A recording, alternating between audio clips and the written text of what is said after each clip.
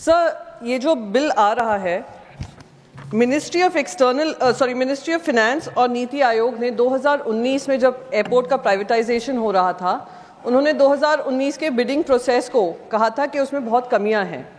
कमियां इस आधार पर बोली थी क्योंकि छह एयरपोर्ट जब प्राइवेटाइज हुए थे वो सब एक ही इंसान को गए थे, एक ही ग्रुप को गए थे, जिनके पास कोई प्रायर एक्सपीरियंस नहीं था।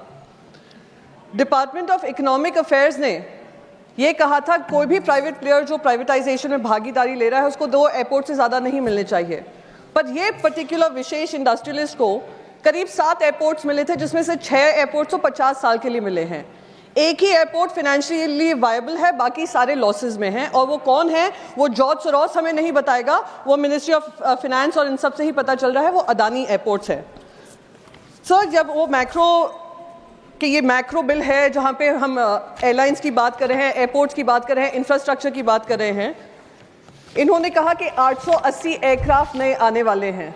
पर ये बताना भूल गए कि हमने 5 एयरलाइंस जो फुल सर्विस एयरलाइंस होती थी, करीब 13 सर्विस एयरलाइंस होती थी, 5 फुल सर्विस एयरलाइंस होती थी, 17 साल में अब एक ही रह गई है, वो है एयर इंडिया।